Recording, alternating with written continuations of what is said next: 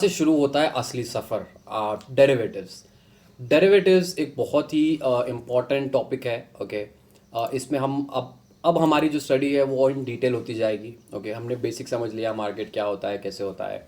अब जो अब हम सीखेंगे वो आपको प्रैक्टिकली काम आने वाला है। प्रैक्टिकली तो डेरिवेटिव क्या होता है? डेरिवेटिव का डेफिनेशन होता है कि डेरिवेटिव इज अ कॉन्ट्रैक्ट और a product whose value is derived from a value of some other asset known as underlying थेरी। ओके, सिंपल भाषा में समझते हैं डेरिवेटिव क्या है। डेरिवेटिव जो प्रोडक्ट है उसका हमेशा एक अंडरलाइन वैल्यू होगा। अंडरलाइन वैल्यू का मतलब जैसे मान लो डेरिवेटिव्स में जो चीज़ें आती हैं, अभी हम आगे समझेंगे उसको।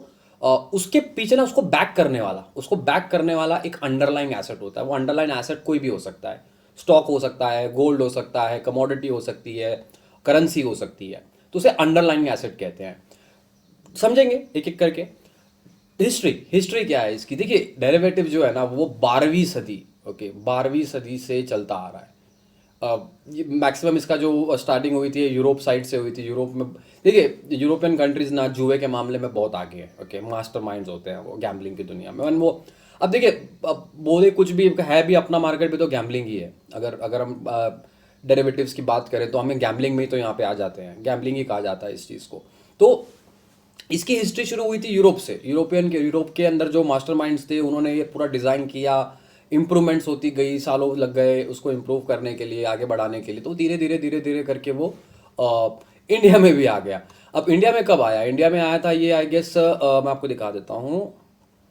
पीपीटी पे चलते हैं, ठीक है, समझते हैं। यहाँ पे doctor Lalit Gupta, doctor LC Gupta थे, ओके, 1996 में, जिन्होंने कमेटी बिठा के पूरा का पूरा ये इस चीज़ को अपने उसमें लेके आए।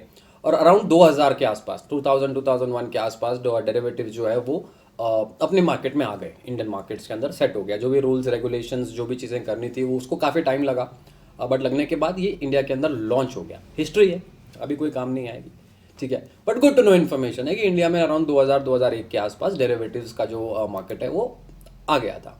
अब डेरिवेटिव्स में क्या आता है? डेरिवेटिव्स में 4 प्रोडक्ट्स आते हैं, ठीक है। डेरिवेटिव के अंदर 4 प्रोडक्ट में सबसे पहले आता है फॉरवर्ड्स। फॉरवर्ड्स का डेफिनेशन यहाँ पे दिया हुआ है। फॉरवर्ड्स का मतलब क्या है? ये ओवर द काउंटर कॉन्ट्रैक्ट्स होते हैं। ओवर द काउंटर का मतलब ये है कि भैया मैं डील कर रहा हूँ बाहर के बाहर मैं डील कर रहा हूँ, और मैं उसमें कोई रेगुलेटरी नहीं है। मतलब ना उसमें एक्सचेंज आ रहा है, ना उसमें सेबी आ रही है, ना उसमें कुछ रूल्स एंड रेगुलेशंस को ध्यान में रखने वाला कोई चीज़ है। वो फॉरवर्ड्स होते हैं, ठीक है। फॉरवर्ड्स का हमारा कोई काम नहीं पड़ेगा। प्रैक्टिकली फॉरवर्ड्स का हमारा कोई काम नहीं पड़ेगा। हमारा काम पड़ेगा फ्यूचर से। सेकेंड चीज़ आती है फ्यूचर। फ्यूचर क्या है? A futures contract is similar to forward except that the deal is made through an organized and regulated exchange rather than being negotiated directly between two parties. Forwards में 2 party आपस में deal करती है, but futures के अंदर आप regulated होता है। एक्सचेंज ये प्रोडक्ट आपको देती है कि भाई आप यहाँ पे डील करो, हम कब गारंटी लेंगे। सारी गारंटी, सेटलमेंट की गारंटी, माल की गारंटी, सब का सब एक्सचेंज लेता है। एक्सचेंज यहाँ पे रोल प्ले करता है फ्यूचर्स के अंदर। तो फ्यूचर्स एक आता है, इन डिटेल में समझेंगे फ्यूचर्स को भी। और फिर आता है ऑप्शंस। ऑप्शन भी एक प्रोडक्ट होता है जो अगेन, अब देखिए, कोई भी चीज़ हो, जैसे फ्यूचर हो, फॉरवर्ड हो, कोई भी हो, वो कनेक्टेड अंडरलाइन एसेट्स है। आगे हम समझेंगे उसको किस तरीके से होता है। उसे अंडरलाइन, आपको सिर्फ ये समझना है कि फ्यूचर ऑप्शन जो भी होता है उसका एक अंडरलाइन एसेट होता है। तो ऑप्शंस भी एक प्रोडक्ट होता है। ऑप्शंस इंडिया के अंदर बहुत माना जाता है, बहुत चलता है ऑप्शंस। बहुत लोग ट्रेडिंग करना चाहते हैं ऑप्शंस के अंदर, क्योंकि ऑप्शंस की एक कहावत है कि जाने को लिमिटेड, आने को unlimited, risk defined, reward unlimited. ये भी अनलिमिटेड के चक्कर में प्रैक्टिकली कई लोग अपना पैसा गंवा देते हैं। ओके, डेरिवेटिव मार्केट को मैं प्रैक्टिकली जुआ मार्केट ही कहता हूँ। तो ऑप्शंस एक प्रोडक्ट होता है, ठीक है। इन डिटेल समझेंगे ऑप्शंस को। तो चौथा आता है swaps. Swap is an agreement made between two parties to exchange cash flows in the future according to pre-arranged formula. Swaps are broadly speaking series of forward contracts. Swaps help market participants manage risk associated with volatile interest rate, currency rates and commodity prices. Swaps का आपका कोई काम नहीं पड़ेगा। Swaps और forwards का आपका कोई काम नहीं पड़ेगा। आपका मेन पड़ेगा फ्यूचर एंड ऑप्शन से। तो फ्यूचर एंड ऑप्शन प्रोडक्ट जो है ये ही डेरिवेटिव्स के अंदर ज़्यादा डिमांड में होता है और प्रैक्टिकली ज़्यादा यूज़ होता है। तो ये प्रोडक्ट्स आते हैं, 4 प्रोडक्ट्स आते हैं डेरिवेटिव्स के अंदर, 2 काम के, 2 बिना काम के। इसके पार्टिसिपेंट्स कौन होते हैं कि डेरिवेटिव्स के अंदर कौन है भाई? डेरिवेटिव्स में कौन आता है? अगर आप एक इन्वेस्टर हो, आपका तो कैश मार्केट में काम हो गया। आप एक इन्वेस्टर हो या ट्रेडर, आप कैश मार्केट के अंदर करो। बट अगर आप डेरिवेटिव्स के अंदर आते हो तो डेरिवेटिव्स के अंदर 3 कैटेगरी होती है: हेजेस, स्पेकुलेटर ट्रेडर्स और आर्बिट्रेजर्स। हेजर्स कौन होते हैं? हेजर्स मेरे जैसे लोग। मैं मार्केट के अंदर जब भी कोई पोजीशन बनाता हूँ ट्रेड लेने के, तो मैं हमेशा एक हेज पोजीशन बनाता हूँ। हेज पोजीशन क्या? देखिए, ठीक है, मैं एक पर्टिकुलर व्यू में रिव्यू ले रहा हूँ कि ऊपर जाएगा, बट अगर ऊपर नहीं गया तो, नीचे आ गया तो क्या? तो नीचे आने के लिए मैं अपनी पोजीशन को हेज कर लेता हूँ। ठीक है, मेरा जो नुकसान मेरा 10 रुपये का होना था, मेरा 10 की जगह पे 2 रुपये का ही नुकसान होगा। तो उसे हेज कहना का हेज करना कहते हैं। स्पेकुलेटर्स एंड ट्रेडर्स, अब जब आप बोलते हो कि कोई भी मार्केट में कोई इंट्राडे वाला है, कोई पोजिशनल ट्रेड करता है, अपनी सिंगल इंडिविजुअल लेवल के ऊपर अपने पोजीशन बनाता है, इसे हम कहेंगे स्पेकुलेटर्स या ट्रेडर्स। इसमें सब आ गए, इंट्राडे वाले भी आ गए, कैरी फॉरवर्ड वाले भी आ गए, सब इसके अंदर आ गए। फिर एक आते हैं आर्बिट्रेजर्स। आर्बिट्रेजर्स का जो काम होता है वो बहुत ही बेहतरीन होता है। आर्बिट्रेज का जो सेशन है, हमारे जो हेजिंग स्ट्रैटेजीज का हमारा कोर्स है, जिसमें हमने हेजिंग और आर्बिट्रेज को मर्ज करके बनाया हुआ, जिसमें सारी स्ट्रैटेजीज बताई गई हैं, कैसे कैसे इंप्लीमेंट करना है, कैसे अपॉर्चुनिटीज़ को देखना है, ढूंढना है और उसको एनकैश करना है। तो ये हेजिंग और आर्बिट्रेजर्स जो होते हैं ना, ये बहुत अलग लेवल के लोग होते हैं। ओके, मैं myself I prefer hedging. Arbitraging भी हम लोग करते हैं, बट बहुत लिमिटेड करते हैं, क्योंकि उसके लिए बहुत टाइम देना पड़ता है, कॉन्सेंट्रेशन बहुत देना पड़ता है, and you have to be, मतलब एक डेडिकेटेड इंसान चाहिए। अगर आपको आर्बिट्रेजिंग करनी है ना, तो आपको एक पर्टिकुलर डेडिकेटेड इंसान चाहिए, और साथ में चाहिए बहुत सारा पैसा। बहुत सारा पैसा, बहुत का मतलब बहुत ज़्यादा पैसा। 100 करोड़ 50 करोड़ आपके पास है, तब आप जाके ये सब कर सकते हो। बहुत सारी कंपनीज रहते हैं, बहुत सारी कंपनीज हैं जिन्होंने आर्बिट्रेजेस का जो डेस्क होता है, वो डेस्क अलग होता है। ओके, वो नॉर्मल एक कंप्यूटर के ऊपर काम नहीं चलता, 4-5 कंप्यूटर होने पड़ते हैं, उसमें बहुत सारा चीज़ें होती हैं तब जाके। तो बहुत सारी ब्रोकिंग फर्म्स है, बहुत सारी कंपनीज है जिन्होंने आर्बिट्रेज का अलग से डेस्क बना के रखा हुआ है। वो दुनिया ही अलग है। आर्बिट्रेजिंग की दुनिया अलग है, हेजिंग की दुनिया अलग है। और जिस मार्केट में जो हमारे इंडिया के अंदर जो ट्रेडिंग होती है डेरिवेटिव्स के अंदर, वहाँ पे मैक्सिमम जो कैटेगरी आती है वो स्पेकुलेटर और ट्रेडर की आती है, चाहे उसे इंट्राडे कह लो चाहे पोजिशनल कह लो। बट इसके ऊपर भी एक एलीट लेवल होता है, जैसे हेजिंग कहते हैं, आर्बिट्रेजिंग कहते हैं। तो उन लोगों का काम अलग होता है। वो कभी भी ट्रेड नहीं करते कि भी हाँ ले लो, 2 रुपये ऊपर जाएगा, 5 रुपये नीचे जाएगा, वो ये सब कामों में नहीं पड़ते। ये एक एंट्री लेवल के ऊपर जो आता है, वो 2-5 रुपये 10 रुपये इंट्राडे पोजिशनल के लिए जाता है, बट उसके ऊपर जाने वाला हेजिंग करता है, आर्बिट्रेजिंग करता है। तो वो थोड़े एक्सपर्ट लेवल के लोग होते हैं जो ये सब चीज़ें करते हैं। तो सिंपल डेरिवेटिव्स में यही चीज़ है कि फ्यूचर हमारे काम आएगा, ऑप्शन हमारे काम आएगा। इन तीनों में से आप क्या बनना चाहते हो ये आप डिसाइड करोगे। और जाहिर सी बात है, आप डायरेक्टली हेजिंग तो कर नहीं पाओगे, डायरेक्टली आप आर्बिट्रेजिंग तो कर नहीं पाओगे, बट आप बीच वाली कैटेगरी में आ जाओगे, स्पेकुलेटर और ट्रेडर की कैटेगरी में, जहाँ पे आप ट्रेडिंग करोगे मार्केट के अंदर। बट ऑनेस्टली मैं अपनी राय अगर देना चाहूँ, ठीक है, मैं आप लोगों से एक ही चीज़ का रिक्वेस्ट करूँगा, because being in market, okay, live market में हज़ारों घंटे स्पेंड करने के बाद, हज़ारों क्लाइंट से बात करने के बाद, मैं डेरिवेटिव मार्केट की बात कर रहा हूँ, मैं कैश मार्केट या इन्वेस्टमेंट की बात नहीं कर रहा हूँ। डेरिवेटिव मार्केट में बहुत लोग अपना पैसा गंवा देते हैं, बहुत लोग। अगर आप हेजर हो, आपका पैसा बहुत नहीं डूबने वाला। अगर आप आर्बिट्रेजर हो, आपका ज़्यादा पैसा नहीं डूबने वाला है।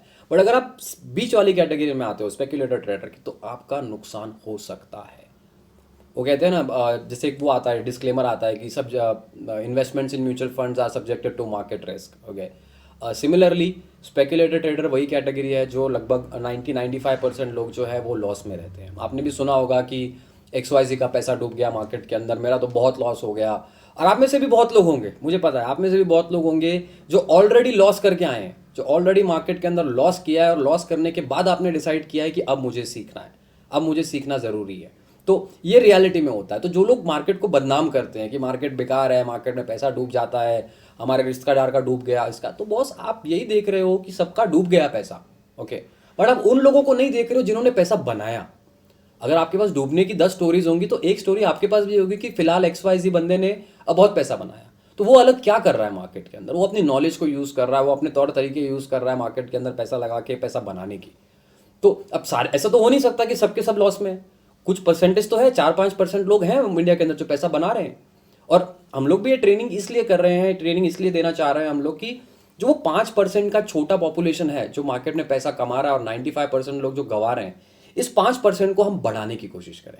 हम ये चाहते हैं कि मैक्स टू मैक्स आपको इन्फॉर्मेशन सपोर्ट देके, ये जो 5% का जो बोलते हैं ना, कि देखिए ये हमारी ये इंडस्ट्री है, ओके, ये स्टॉक मार्केट इंडस्ट्री है, हमने इसके अंदर कदम रख दिया है, हम इसमें बैकआउट नहीं कर सकते। अब हमारी ज़िंदगी भर का करियर हमारा यही है। तो अगर हमारे स्टॉक मार्केट इंडस्ट्री के अंदर अगर हमें पॉजिटिविटी लानी है, अच्छी चीज़ें लानी है, तो हमें क्या करना पड़ेगा, हमें जो ये 5% जो कमाने वाले लोग हैं ना, इनका रेशियो बढ़ाना पड़ेगा। अगर हम 95 के बीच में, मैक्सिमम मार्केट में क्या होता है कि लोग 95% कैटेगरी के अंदर गोल गोल घूमते रहते हैं। अरे मैंने इससे कॉल्स लिए, कॉल्स नहीं चले, लॉस हो गया, उससे कॉल्स लिया, कॉल नहीं चला, लॉस हो गया। तो लॉस लॉस लॉस लॉस करके आदमी क्या करता है, बहुत माइनस हो जाता है, परेशान हो जाता है। तो बेटर बेटर मैं तो यही कहूँगा कि अगर आप रियलिटी में जाना चाहते हो तो प्रेफर गोइंग बीइंग एन हेजर, ओके, और प्रेफर बीइंग एन आर्बिट्रेजर। जो बोलते हैं ना सपने की दुनिया है, स्टॉक मार्केट एक सपने की दुनिया है। तो अगर आप स्पेक्युलेटर और ट्रेडर कैटेगरी में आते हो ना, तो आज भी आप सपने की दुनिया के अंदर बैठे हो। सपने की दुनिया मतलब जुआ, चला तो चांद तक, नहीं तो रात तक, ये होता है। तो जुआ मेरे हिसाब से तो ये इनिशियल लेवल पे, अगर आप मार्केट में नए हो, आपको 2 4 6 महीना ही हुआ है मार्केट के अंदर, तो इस कैटेगरी से जितनी जल्दी आप बाहर निकलेंगे उतना बेटर होगा। क्योंकि इस कैटेगरी के अंदर लोग सालों बिता देते हैं, 5 5 10 10 साल, 15 15 साल इसी कैटेगरी में बिता देते हैं, बाहर नहीं निकल पाते।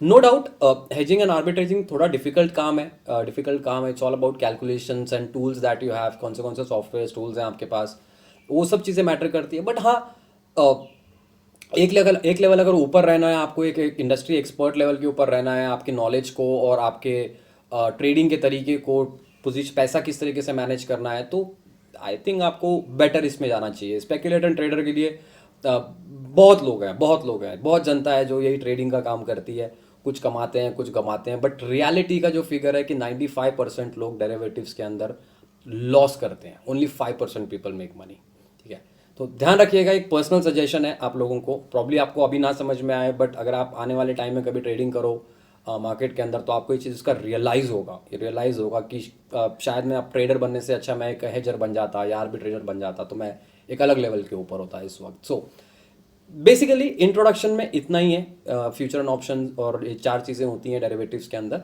अब हम जाएंगे इन डिटेल, अब हम जाएंगे इन टॉपिक्स के अंदर इन डिटेल जाएंगे और इसे समझने की कोशिश करेंगे।